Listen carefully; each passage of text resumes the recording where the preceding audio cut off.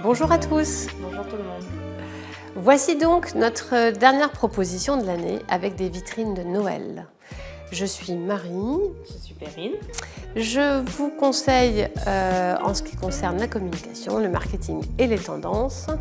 Et moi, le merchandising. France Éclat est le comité professionnel de développement économique au service des secteurs de l'horlogerie, de la bijouterie, de la joaillerie, de l'orfèvrerie et des arts de la table. Petit rappel de la méthode. Tout commence d'après le cahier Influence, réalisé et proposé par France Éclat. De ces planches, un directeur artistique prépare des moodboards, des suggestions en termes de couleurs, d'environnement, d'inspiration, de création, pour ensuite sélectionner la mise en scène de votre vitrine événementielle. Ensuite, nous allons choisir l'emplacement de cette vitrine événementielle, en façade et ou à l'intérieur du magasin. Vient après le choix des produits, des bijoux, où nous allons associer bagues, boucles d'oreilles, bracelets, pourquoi pas même des montres, mélanger les prix et les matériaux avec une signalétique bien sûr bien précise. Une fois la sélection des bijoux faite, nous allons choisir les supports, la gainerie, les bustes, les blocs, les toboggans, les coussins et tout autre support de bijoux. Effectivement, ici, il y a beaucoup de bonbons, une belle offre en termes de forme, de couleur et de goût. Malheureusement, pas sûr qu'on se rappelle de toutes les propositions. Est-ce que vous voyez où je veux en venir ? Effectivement, je vais vous inviter à réduire l'offre de bijoux que vous proposez dans cette vitrine événementielle, tout comme nous le faisons ici sur cette présentation, afin de mieux comprendre et se rappeler de l'offre du moment. Ah oui, ça change là, Marie. Oui, ça n'a plus rien à voir. Alors, qu'est-ce qui s'est passé ? Alors en fait, nous avons une sélection plus claire, moins de choix. Toujours de la couleur, toujours différents types de produits, mais de l'espace, une zone de repos, tout ce qui va bien pour se dire « Ok, ça c'est ce qu'il me propose aujourd'hui, allons voir à l'intérieur ce qu'il y a d'autre. » Exactement. Le fait de moins en mettre et de suggérer va susciter le besoin et l'envie au client de rentrer dans la bijouterie et à ce moment-là, découvrir toute votre collection. Parce que vous l'avez bien compris, le pont entre le confiseur et la bijouterie est très clair. Dans n'importe quel point de vente, il va falloir faire une sélection plus simple, plus petite et donner l'envie, inciter le client à rentrer dans le point de vente. Exactement. Exotic Christmas. C'est un Noël plein de couleurs et d'exotisme. On se permet de casser les codes traditionnels pour jouer avec les couleurs et les matières dans des associations insolites. Un peu surréaliste, ludique ou kitsch, un Noël régressif où l'on s'amuse en bricolant, en récupérant, en créant dans une gamme tutti frutti. Une gamme pleine de joie, de vie, avec des tonalités de fruits exotiques, pamplemousse, kiwi, melon, associées à des couleurs anciennes de mercure coloré, comme le rose, le turquoise et l'argent. Il va falloir choisir entre ces trois thèmes, oiseaux, ex-voto ou fruits, ou peut-être imaginer un mélange ou sortir du cadre et ne prendre que des couleurs. Première proposition de présentation, kitsch, avec un fond où l'on suspend des décorations ludiques, un sol avec un papier ou imprimé de motifs ananas au pochoir et des supports disposés entre les bijoux avec des sujets kitsch tels des animaux aux couleurs insolites. Deuxième proposition de vitrine, plus sucrée, avec un fond où l'on suspend des décorations de Noël aux couleurs acidulées et nacrées telles des sucres d'orge, avec un sol aux couleurs unies, jonchées de friandises colorées, et des supports disposés, pourquoi pas ici, des boîtes de pâte de fruits comme support de bijoux. Voici la troisième option et celle que nous avons choisie aujourd'hui, la transparence et la couleur. Nous pouvons disposer au fond des petites boules suspendues avec des fils de nylon ou des rubans de couleur. Nous pouvons disposer au sol un papier métallisé avec un circuit de lumière esprit vintage. Et pour les supports, utiliser ou non des carafes à poser au sol, des petits vases, des choses de couleur. Vous verrez que nous avons une certaine proposition à vous faire sur ce sujet. Alors, voilà la vitrine que Perrine a réalisée sur cette thématique dont nous vous parlions. L'objectif, à travers la présentation de ces deux vitrines, c'est que on vous parle du lien entre la vitrine que nous avons réalisée et les tendances, du choix des décors et de toutes les techniques de pose. Ça, c'est Perrine. Vous pouvez prendre des notes pour le coup là, parce qu'il n'y a pas de compte rendu sur les conseils de Perrine, qui sont en fait un aperçu, un avant-goût de ce qu'elle peut vous transmettre lors de formations complètes qui durent une journée. Une journée et demie. Mais on va essayer de couvrir un maximum de sujets tout de même aujourd'hui. Alors, cette vitrine-là, pour le décor, donc là, je me suis vraiment inspirée du mot transparence. Oui. C'est ça qui a fait écho. Et donc, je suis partie sur tous ces bougeoirs en verre, de formes, tailles différentes et couleurs différentes.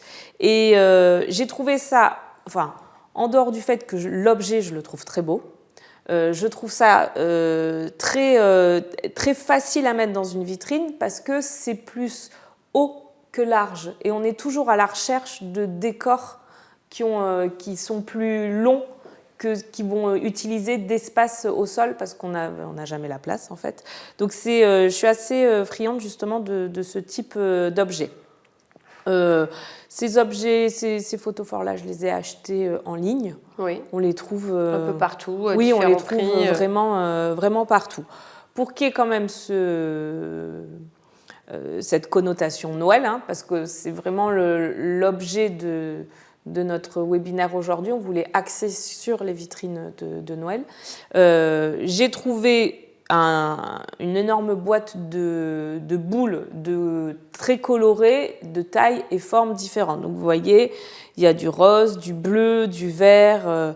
Il y a de la transparence, des plus opaques, un peu de voilà. Pour pas en faire too much, je ne suis pas allée vers la boule fruits ou légumes, comme on a présenté. On aurait pu, c'était pour pas vous faire peur. Donc j'ai essayé de prendre une boule plus traditionnelle dans sa forme, même s'il y a des couleurs très peps, et par contre un décor qu'on n'attend pas forcément à cette période de l'année, parce que ce décor-là, vous le mettez au printemps, c'est super joli aussi. Carrément. Mais là, voilà, c'était prendre le contre-pied de tout ça. Et j'en ai mis 3 pour là aussi vous faire une vraie mise en scène, mais vous pourriez n'en mettre que 1 ou 2 de photophores, ça suffirait. Il n'y a pas de problème. Pour la gainerie, alors là, il fallait au contraire quelque chose qui soit doux et qui s'efface un petit peu. Quand vous proposez des décors très marqués, très nombreux, il ne faut pas en plus faire une gainerie complètement folle, parce que là, c'est trop facile d'oublier le bijou. Il faut faire un choix, quoi. Exactement. Donc là, j'avais cette gainerie qui est un nude, un rose très pâle, mais ces couleurs-là font partie de notre mood board, hein, oui, tout à fait. Dans nos propositions. Et après, je suis restée sur des formes très simples, donc les cubes. Je suis une aficionados des cubes. Très facile à adapter à tous vos espaces, en fait. Et là, j'ai récupéré dans mes vieux stocks toutes les couleurs que j'avais et qui faisaient toujours partie de cette tendance. Hein. Sachant qu'on peut aussi les bomber. Et c'était pas là. Ah. Merci. J'ai failli me faire fâcher. Vous avez vu le ton de sa voix ? Et donc voilà, j'ai utilisé plein de couleurs différentes et c'est vraiment un mix. Cette vitrine est un mix, on secoue, il y a plein de couleurs, c'est fun. Et voilà, une autre proposition, moins Noël, moins traditionnelle, mais complètement festive. Et ça aussi... C'est ça qui est bien, c'est qu'elle du coup, elle peut durer jusqu'au Nouvel An sans souci. J'essaye maintenant de faire aussi des vitrines, de proposer des décors, pas que Noël, parce que je trouve ça toujours ridicule dès que les vacances de Noël sont terminées et que tout le monde reprend le travail ou va à l'école, de voir jusqu'à fin janvier des Pères Noël, des sapins, enfin, ça n'a plus lieu d'être. La vitrine de Noël, elle vous demande d'être prêt on va dire au 5 janvier, c'est terminé. On est obligé de passer à un nouveau décor. Alors que quand vous faites une vitrine juste festive, donc qui brille avec des bougies, des photos forts, enfin, d'autres choses. Là, c'est quelque chose que vous pouvez tenir au moins jusqu'à fin janvier. Et d'ailleurs, vous pourriez très bien, une fois Noël passé, juste enlever les boules de Noël. Exactement. Et du coup, le reste est nickel et traîne, c'est pas le bon terme, et irait jusqu'en janvier sans souci. Exactement, ça peut vous faire une... En plus de tes éléments de décor, j'ai pas parlé du fond. Qui sont très réussis. Et du sol et du fond.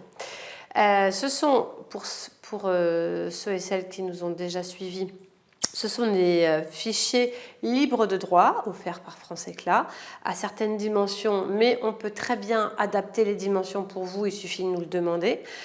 Téléchargeables sur les liens disponibles aussi sur notre plateforme, où vous avez le fond qui est assez abstrait, et ça c'est pas mal parce que du coup ça s'adapte à tous les types de magasins, et un sol un petit peu à base d'éclats de lumière de toutes les couleurs qui se marient très très bien. Vous pouvez les faire imprimer sur du papier si vous voulez juste les poser dans votre vitrine. Nous on les a imprimés sur une sorte de carton-plume ultra facile à manipuler, à poser en sol ou en fond de vitrine et très à bouger, très léger. Vous pouvez les faire en adhésif, enfin il y a plein de choses de possibles. Et si jamais vous ne savez pas trop comment les produire, vous pouvez aussi nous solliciter pour ça. On trouvera dans votre région le bon prestataire, on rentre en contact avec lui, on lui envoie les fichiers, puis après vous vous débrouillez avec eux. Aucun problème pour cette partie-là de ce qu'on appelle le service après-vente de notre prestation. Donc voilà. Pour cette vitrine, concernant la pose, j'ai plus ou moins fait une règle d'or. Alors je dis plus ou moins parce qu'il y a 3 points. Ça c'est bon, j'ai coché. J'ai un gros point, un moyen point et un petit point. Ça c'est OK, mais forcément, je l'ai adapté par rapport à la vraie règle d'or qui date maintenant, d'il y a plus de 40 ans, où la position de ces points-là n'est pas exactement là où je l'ai posé aujourd'hui, mais en fait, on s'adapte. Ce qui a été fait auparavant, ça marchait avec le stock qu'on avait auparavant, la façon dont on vendait. Aujourd'hui, ce n'est absolument plus ça. Vous n'avez pas le même stock, vous n'avez pas les mêmes tailles de vitrines, vous n'avez pas la même PLV. Donc, on a adapté cette règle d'or, mais qui reste toujours là. Enfin, c'est toujours le 3 points qui est mis en avant et toujours un gros point, un moyen point et un petit point. Le gros point, il est reculé. Il est vraiment au fond de votre vitrine et légèrement sur la droite. Pas au centre, pas complètement à droite. Vous posez votre buste au centre et vous le décalez un petit peu sur la droite. Et c'est ça le point de départ de votre vitrine. Le point A, donc ce point qui est au fond, le point principal, c'est le point le plus gros, le point le plus haut, le point le plus volumineux, le plus chargé avec les décors. C'est le point où on va mettre à peu près la moitié des bijoux de cette vitrine vont aller sur ce point-là. Ensuite, vous avez le point B, qui est le deuxième point, qu'on appelle le point moyen, qui est celui-ci. Ce point B, il est un peu moins, il est forcément moins gros que le point A, mais malgré tout, vous pouvez mettre des bijoux. Normalement, c'est 2/3 des bijoux restants iront sur ce point-là. Il ne faut pas qu'il soit plat. Il ne faut pas que j'ai une proposition de dingue sur mon point A et une fois que vous avez fini le point A, tout devient plat dans votre vitrine. Pas du tout. Votre point B, il va avoir des bustes, on peut les surélever comme j'ai fait là. La seule règle, c'est que ce qu'il y a sur B ne cache pas ce qu'il y a sur A derrière. C'est pour ça qu'il est toujours vraiment, lui, sur la gauche. Attention à laisser un petit espace là sur le côté. Un peu d'air pour respirer. Et ensuite, j'ai mon dernier point.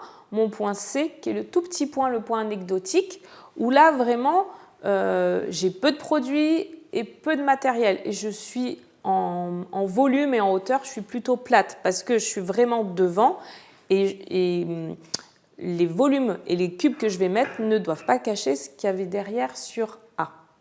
Ce point C, même s'il est tout petit, il est très important parce que autant quelqu'un qui marche dans la rue, qui passe en voiture, qui est avec son caddie à la caisse si vous êtes en centre commercial, ces personnes-là vont être attirées par votre vitrine avec le point A, sans voir le détail de vos produits. Ils vont être attirés par le volume de votre vitrine, par les décors, par les couleurs, mais c'est la forme dans sa globalité qui, à un moment, je ne sais pas si ça vous arrive, mais moi, des fois, je suis vraiment attirée, je me dirige vers un magasin sans savoir réellement ce qu'est ce magasin, mais juste parce que la vitrine m'interpelle. Les couleurs, l'ambiance, voilà. L'histoire qu'elle raconte. L'histoire, la lumière, enfin voilà. C'est avec ce point-là que vous attirez les gens. Et une fois que les gens sont devant votre vitrine, ils vont regarder ce petit point C. L'avantage du 3 points, parce que là aussi, on n'a rien révolutionné. Le 3 points, il existe dans tous les commerces de proximité. Hein. Mais l'avantage du 3 points, c'est que la lecture se lit dans plusieurs sens, en fait. La vitrine se lit dans je suis attirée par ce point et après je vais voir du coup le A et je vais voir le B. Je suis attirée par celui-ci, je remonte comme ça. Je suis attirée là et je pars à droite ou à gauche. Exactement. Okay. Je vous parle aujourd'hui de 3 points parce que ça reste la tradition. Hein. Maintenant, vous verrez sur la vitrine d'à côté, c'est tout sauf du 3 points. On est d'accord. Voilà. Vous pouvez tout à fait faire autre chose que du 3 points. Vous pouvez faire du 2 points, vous pouvez faire du 1 point. Ce qu'il est important, c'est de faire du point, c'est de faire du groupe. Il faut qu'à un moment, votre pose, elle soit structurée, dans le sens où je ne dois absolument pas avoir l'impression que vous vous êtes étalé sur toute la largeur de votre vitrine et toute la profondeur. C'est vrai que j'aurais bien rajouté des bijoux un peu ici et là. Il y a des trous, il y a de la place. Je rajouterais bien une petite montre, 10 alliances et 3 bracelets. C'est possible ou pas? Non, c'est pas possible. Passe on a tendance à vouloir en effet combler les trous. Ça peut nous déranger, sauf qu'ils sont nécessaires et indispensables juste pour, là aussi, une lecture facile de votre collection. Ça permet en fait de lire, d'apprécier et ensuite de passer à l'étape suivante. À autre chose et de vous dire peut-être tiens ça c'était pas mal, avoir un coup de cœur ou pas, etc. Donc ces trous, ces zones de repos sont indispensables, que vous ayez 1 point, 2 points, 3 points. Mais vous voyez qu'à chaque fois je vous parle de points ou de groupes et des fois parfois, j'ai des tas dans des vitrines. Je vois au son de ta voix qu'on est en train de parler de quelque chose de grave. De douloureux pour moi. C'est le fait de ne pas structurer et de tout poser comme ça, de tout surcharger. Vous voyez de quoi je parle. Des fois, on a des vitrines, j'ai une rangée de bustes au fond qui me font toute la largeur. Ça, c'est pas possible, en fait. Ce genre de choses-là, c'est ça qui, déjà, vous avez un stock conséquent et de mettre autant de plots et de volume, ça alourdit encore plus votre vitrine. Donc, il faut aussi s'alléger un petit peu de cette façon-là. J'ai une petite question à propos du toboggan, parce que dans l'autre vitrine, il n'y en a pas, du coup, je pose la question maintenant. Oui. Là, tu nous as mis un très joli toboggan au milieu. Si j'en avais 4 ou 5 à mettre, est-ce que je les mettrais tous alignés comme ça, les uns à côté des autres, ou est-ce que je serais en train de faire une grosse bêtise? Non, 4 ou 5, c'est beaucoup. Ah, déjà, oui, il y a le nombre. Hein, mais 3, vous pouvez, on peut aller jusqu'à 4, à la limite sur des vitrines. J'aime bien le toboggan, je trouve ça. Moi aussi, j'aime beaucoup ce plot-là parce qu'il vous permet un petit peu de casser le rythme d'une vitrine. Dans une vitrine, vous allez avoir vos bustes et ensuite que des diagonales de bagues qui vont partir d'un côté, de l'autre. Et c'est assez rébarbatif, je trouve, et dans la pose et dans la lecture. Et donc, le toboggan, comme la maille au sol, le toboggan, il va venir casser ce rythme-là. Donc, vous pouvez en mettre 2, 3 et vous pouvez les décaler les uns par rapport aux autres. Et tous dans la même direction comme ça? Non, vous pouvez en mettre en diagonale, mais une vraie diagonale. Faites-moi quelque chose de franc. Je ne veux pas un truc tout petit peu... Un petit peu par un peu à gauche, quoi. Mais vous pouvez faire du droit et de la diagonale, mais à chaque fois en décalé. Ne les faites pas Surtout pas par. Surtout pas papa. Ne les faites pas partir exactement du même endroit pour arriver au même endroit. Voilà. Il faut toujours qu'il y ait un décalage dans votre pose et ça marche pour tous les plots. Des plots de bague, il y en a toujours un qui est devant ou derrière l'autre. Les bustes, le collet décalé. Les bustes, c'est toujours pareil. On ne les met pas les uns à côté des autres. Pour la maille au sol, là vous en avez, c'est pareil. Vous voyez, en fait, imaginez-vous les vitrines Histoire d'Or. Vous les voyez, tous ces bracelets posés devant, voilà. Comme ça. Et ben vous faites pas ça. Je peux pas mieux vous dire. C'est pas que je ne peux pas poser autant de bracelets qu'au sol, pas du tout. C'est juste qu'à un moment, je vais les décaler les uns par rapport aux autres, comme ici. Voilà. Si vous avez des questions par rapport à la pose, on pourra y répondre ultérieurement. Voilà.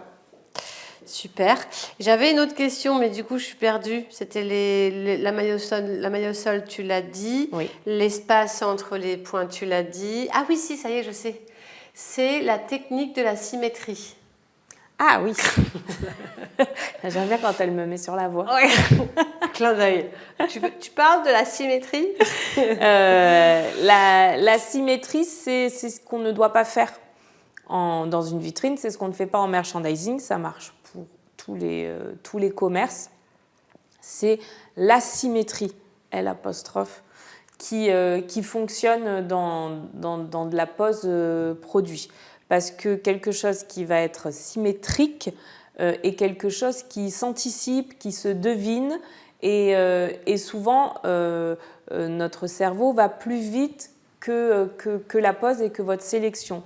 Et si vous n'aimez pas ce qu'on vous propose sur un côté de vitrine, votre cerveau va vous dire c'est la même chose à l'envers, de l'autre côté, donc n'y va pas. S'il n'y a pas de coup de cœur d'un côté, il n'y aura pas de coup de cœur de l'autre. Donc vraiment, évitez cette pose symétrique que l'on fait tous, parce que je ne sais pas, je pense que c'est plus facile. Le cerveau peut-être qui nous est configuré comme ça. C'est plus facile, c'est, je ne sais pas, on doit être bien avec ce type de pose-là. Mais vraiment éviter.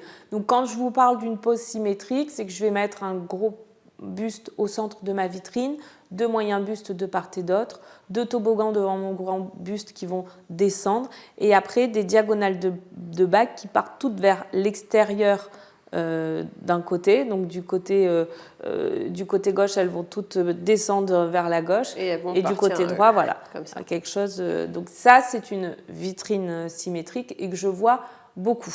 Par exemple, ici, nous avons 3 vases et 2 vases, pour surtout pas, même dans le décor, commencer une quelconque symétrie. Non.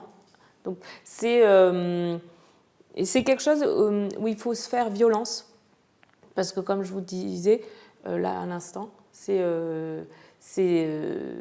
naturel. Donc attention, reprenez-vous et vérifiez à chaque fois votre vitrine. Et vous allez voir, en fait, ça saute aux yeux. Il suffit de reculer de 1,50 m, 2 m. Vous allez avoir là une vision globale de votre vitrine et vous allez vous rendre compte immédiatement que c'est parfaitement symétrique ou pas. Donc là, il faudra se corriger. Je rebondis sur un dernier point avant de découvrir la vitrine suivante. C'est justement ce que tu disais, de prendre du recul pour voir si tout est OK dans notre vitrine. N'hésitez pas à le faire à plusieurs. Celle ou celui qui fait les vitrines avec une autre personne qui est peut-être en train qui pour l'instant ne fait pas de vitrine mais aimerait bien s'y mettre. On peut regarder une personne qui va regarder à l'extérieur du magasin, une grande, une petite, un grand, un petit. il vaut mieux avoir plusieurs regards sur une vitrine pour peaufiner la vitrine à la fin. Complètement. Sans forcément, si on est sollicité pour donner son avis, dire « Ah non, en fait, moi, j'aurais pas fait colorer. » Parce que là, ça va pas. Ah non, j'aime pas. C'est pas, c'est pas une question de goût, c'est une question... Parce que bon, il y aurait toujours à redire, on peut tous avoir mais moi, je préfère le orange, alors je vais mettre celui-là, là. Non, c'est pas le but. C'est plutôt de se dire, est-ce qu'il n'y a pas quelque chose de choquant à côté duquel on est passé parce qu'on a la tête dedans. Exactement. Nos bagues ne sont pas complètement... Il faut que les plots et les bagues soient bien face à la vitrine. Et peut-être qu'en déplaçant à un moment donné le toboggan, comme tout à l'heure, j'ai mis mon petit plot là, c'était pas sa place. Du coup, on est deux, il y en a une qui s'en rend compte et on le met à sa place et voilà, tout va bien. Donc voilà, n'hésitez pas à finaliser à plusieurs. C'est toujours important de toute façon de se faire aider ou d'avoir un travail collaboratif sur de la mise en scène. Ça permet de moins se prendre la tête seul. On bloque sur un truc et puis à deux, ça va tout. Et surtout de moins perdre de temps aussi. De temps. Ouais. Donc, voilà pour cette première vitrine. Oui.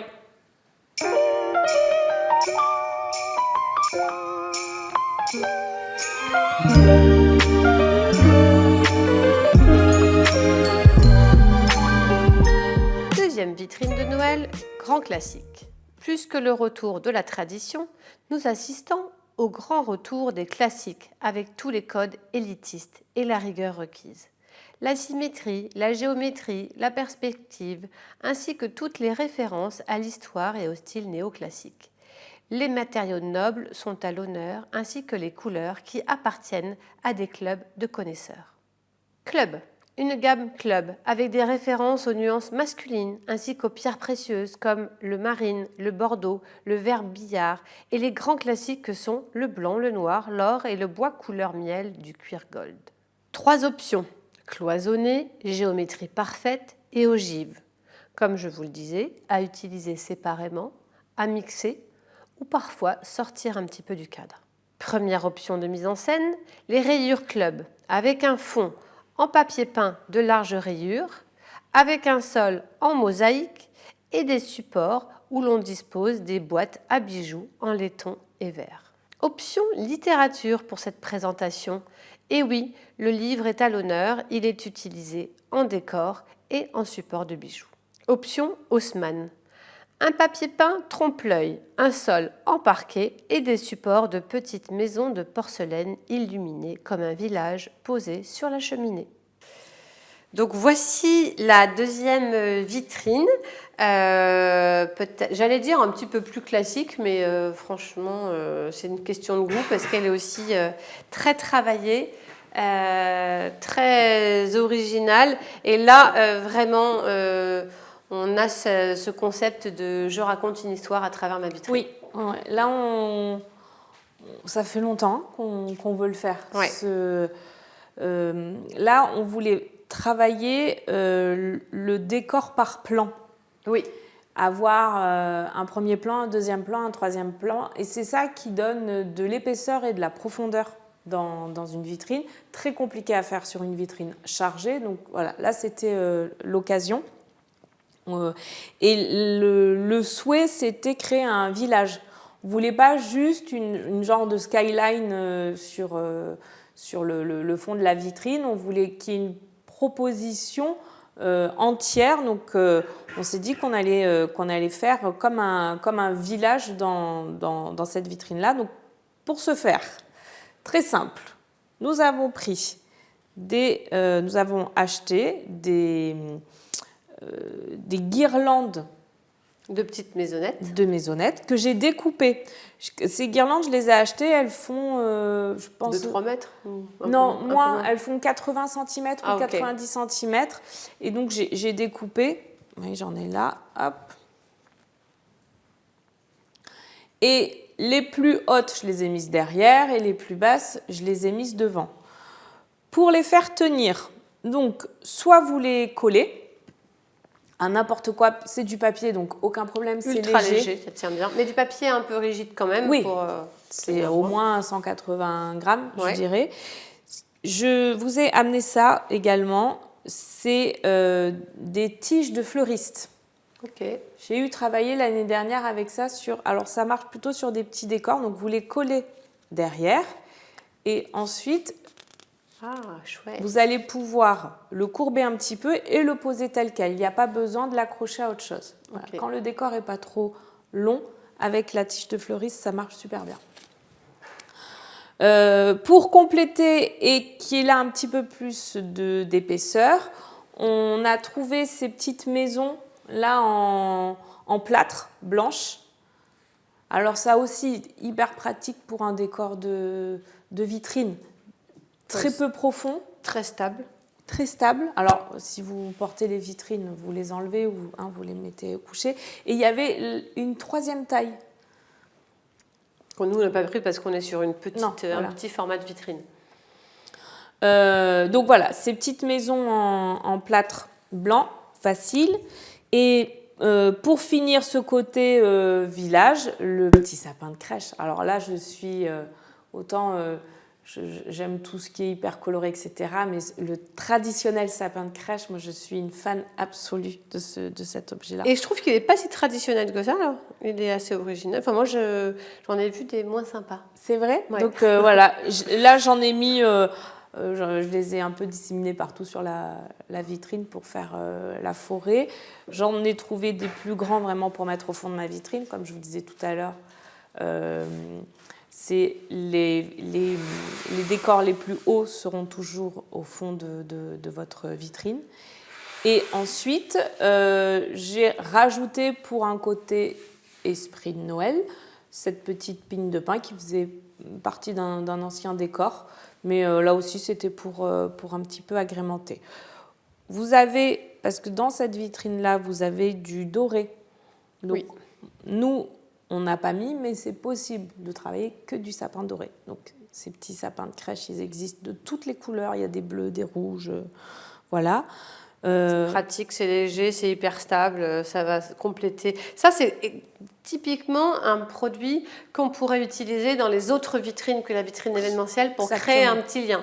Ça coûte vraiment pas cher. Ah non, c'est rien. Et ça vous permet d'égayer un petit peu et de faire continuer l'histoire dans le reste de vos vitrines. Exactement. Extrêmement pratique. C'est une très bonne idée. Ouais. Tout comme le petit bouquet de... Et je voulais vous montrer ça. Oui. Alors, c'était mon sport préféré, hein, c'est de bomber. Pas moi. Il faut quand même une certaine technique. De bomber les plots. Voilà. Donc là, j'ai bombé des supports BO. Je bombe aussi les cubes, etc. Vous me connaissez, vous savez que je le fais très régulièrement. Le secret, c'est de loin et en 3 fois. Voilà. Si vous êtes près, trop proche, chez moi, ça va couler. Donc, beaucoup de patience. Oui. Et des peintures qui marchent mieux que d'autres, en général, les peintures irisées marchent moins bien. Je sais pas, ça glisse un peu. Exactement. Le fait que ce soit pailleté, ça accroche moins, sauf celle-ci. Ouais. Elle, j'avoue que super. Je n'ai pas de marque de préférence parce que souvent on nous demande. Magasin de bricolage. Magasin de bricolage ou d'art plastique. Oui. Les bombes de graffeur, ça marche super bien. Et on a surtout une palette maintenant de couleurs dingues. On a vraiment le choix d'adapter. Pour la gainerie, j'ai pris la même collection de ces bustes un peu droits, mais j'aime bien ce côté bicolore. Et dans cette vitrine-là aussi, on nous proposait en couleur du noir. J'en avais moins envie, je voulais plus ce côté blanc. Un peu tristouné. Exactement, j'ai fait un côté, un clin d'œil avec ce buste noir comme ça. Et on a une alternative. Ce que je te propose, c'est que je vais parler du fond 2 secondes pendant que tu prends l'alternative buste blanc et les blocs pour habiller aussi, pour montrer. Ouais, tout à fait. Alors, sur le fond, tu vas prendre les... Oui, pardon, j'ai cru que... Elle est restée bloquée, j'étais obligée d'intervenir. Oui, c'est le fond, vous ne le voyez pas forcément, c'est pour ça que je me permets de le retirer. C'est une ambiance cheminée et bougie. Donc, nous, pour des questions techniques, on l'a posé à même le sol et du coup, on devine un petit peu la cheminée et surtout cet effet architectural et géométrique derrière. Ça fonctionne déjà très bien. Mais on pourrait aussi décider de le fixer au mur un petit peu plus haut, histoire de voir l'ambiance, ou au moins voilà, un peu décalé. Enfin, il y a plein d'options possibles pour faire un jeu de lumière avec les petites maisons. Enfin voilà, si on devait le faire dans une vitrine, je pense qu'on ne le poserait pas à même le sol comme ça, on le surélèverait. Merci. Un petit peu pour mieux profiter du décor. Voilà, c'était une petite information complémentaire qui est en fait du fait de nos contraintes techniques à chacune et à chacun. Donc ça, c'est la gainerie qu'on aurait pu utiliser, plus traditionnelle. On peut le faire. Allez, on va le faire. On vous fait du live, hop. De remplacer tout simplement 2 petits bustes. Le reste fonctionne très bien. Reste en bois et blanc. Et on a... Shoot. Tout va bien. Vous avez eu peur? Moi, j'ai eu peur. On met un petit peu de suspense. Bon, c'est qu'il faudrait que je tire un petit peu... Voilà. Ouais. Bon, super. Le buste. J'enlève le buste. Voilà. Et vous voyez, tout de suite, tout de suite ça tombe. C'est pas très grave. Vous avez une option peut-être un petit peu plus claire, un petit peu plus traditionnelle. Peut-être que vous, ça vous permet de vous projeter davantage en fonction des supports de bijoux que vous avez. Donc ça, c'est l'option avec des bustes plus blancs et plus faciles. Peut-être un matériel que, en effet, comme tu dis, que vous avez déjà. Voilà, qui est à disposition sans investissement. Voilà. Et je voulais juste vous parler de ces cubes en médium que nous faisons découper dans des grandes surfaces de bricolage, peu importe. Elles ont toutes cet atelier-là, aux dimensions que vous souhaitez, et vous recouvrez de tissu, de peinture, de tapisserie, de vinyle aussi, parce que dans les magasins de loisirs créatifs, souvent, on peut acheter des planches assez grandes maintenant d'adhésifs. Tout à fait. Et donc, du coup, vous en achetez 3-4, ça coûte moins d'1 € en général. Et puis, vous allez juste renouveler l'habillage de vos supports d'une tendance à l'autre, d'une couleur à l'autre, en fonction de vos vitrines. Tu veux en montrer peut-être Voilà. Ouais, voilà, la J'en version... avais un à côté, donc un vierge. Brut, voilà. Brut, et un que j'avais gainé. Alors, ça tient bien en plus. Hein. Oui. On le balade avec depuis un petit moment. Pour le gainer, c'est soit à la graffe. Là, j'avais utilisé de la colle néoprène. Et ça marche super bien. Ouais, ça marche très bien. Ces plots-là sont de très très bonnes alternatives quand vous avez une vitrine chargée. Parce que vous allez pouvoir poser des colliers dessus à la place d'un buste. Vous voyez l'épaisseur. Donc c'est bien plus facile. Si j'avais encore une ou 2 chaînes à mettre, je pourrais rajouter là quelque chose et mettre des colliers en plus. C'est moins épais. Ou simplement, je peux m'en servir de volume. Pour surélever. Voilà, pour surélever ou pour faire... pour marquer le sol. Sur le point B, on l'a souvent utilisé comme ça. Moi, j'aime bien. C'est pas très haut et ça permet là aussi de poser des petites bagues dessus ou un petit collier qui descend là et ça prend pas de volume. C'est vraiment Si vous voulez nos dimensions, puisque vous les trouvez efficaces pour vous, dites-le nous. On vous donnera vraiment les dimensions qu'on utilise un peu tous les jours. Vraiment, je vous le recommande parce que c'est très très pratique et très économique. Très économique. Je pense qu'on est sur 40 centimes ou 50 centimes le bloc hors taxe. Donc ça, vous le modifiez autant que vous voulez. De même que les bustes et les plots que je bombe, je n'en rachète pas de nouveaux pour les rebomber. À chaque fois, je réutilise. Voilà, ça vous permet à moindre frais vraiment de rentrer dans l'univers que vous proposez, d'adapter vraiment avec les couleurs. Super. Donc ça, c'est pour les décors. Oui. Ces décors-là, vous les trouvez maintenant, je pense, partout. Oui. Parce que ça n'a vraiment pas été compliqué pour moi, à partir du moment où on a décidé qu'on partait sur ça, de trouver différentes tailles, différentes longueurs, etc. bien sûr, mais ça sera pas compliqué. Et là, juste pour rebondir sur la pose, je n'ai absolument pas fait 3 points. J'ai fait un seul point et vraiment, j'ai travaillé là le plan. Je voulais avoir... Très original par rapport aux autres présentations qu'on a pu vous faire. On fait rarement ça, mais là, je voulais vraiment qu'il y ait de la profondeur dans ma vitrine. Donc, j'ai travaillé sur un premier plan, ou un troisième plan, deuxième plan et premier plan. Et pour autant, pas de symétrie. Non, des zones de repos un peu partout quand même. Ce dont on n'a pas parlé, c'est de la sélection de bijoux. Oui. Là, on a décidé de mettre que des bijoux en doré et en rose. Et dans la vitrine précédente, on était plutôt sur de l'argent, or blanc, platine, ce que vous voulez.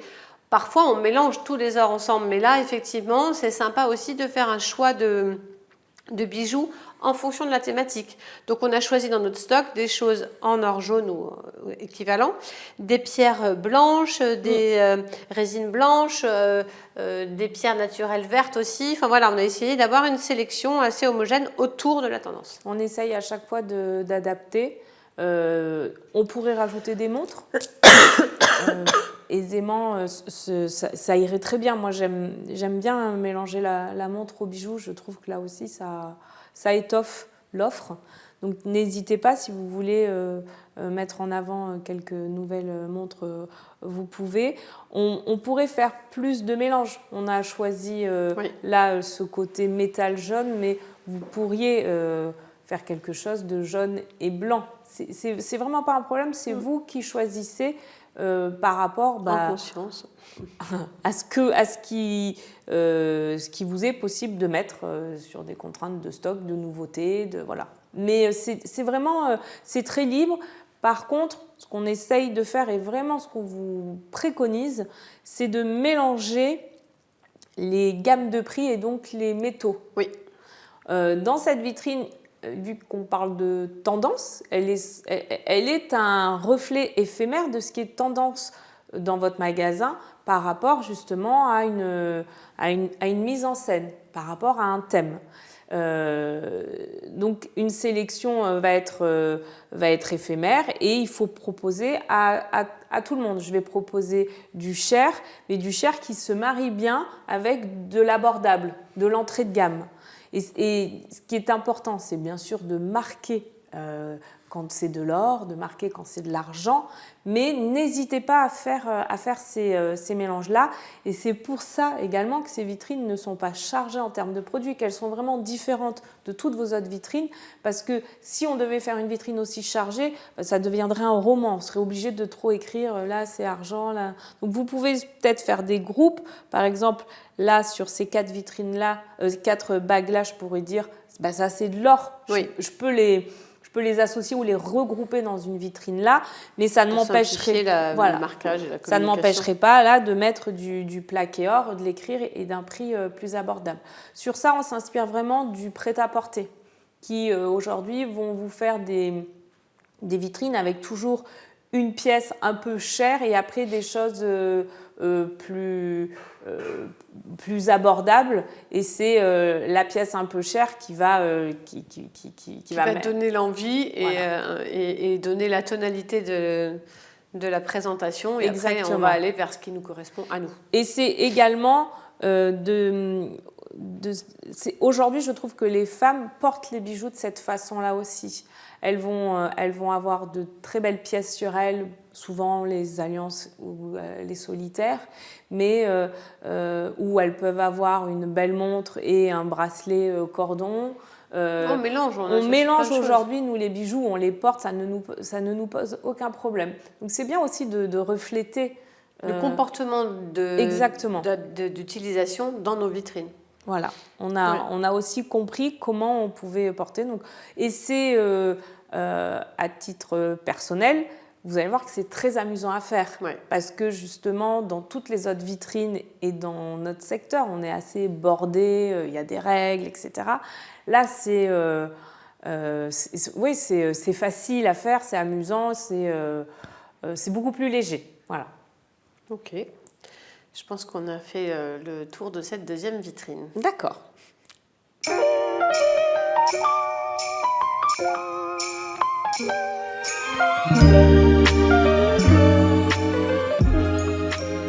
Voilà, c'est fini.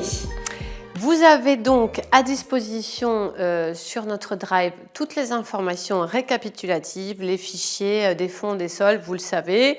Vous pouvez à tout moment nous joindre pour nous demander des choses plus spécifiques ou qu'on regarde vos photos de vitrine pour éventuellement vous aider à les peaufiner.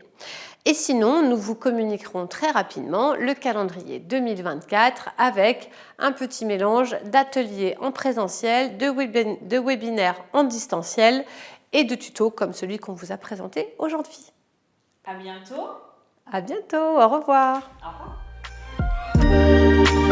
Et non, on n'est pas encore parti.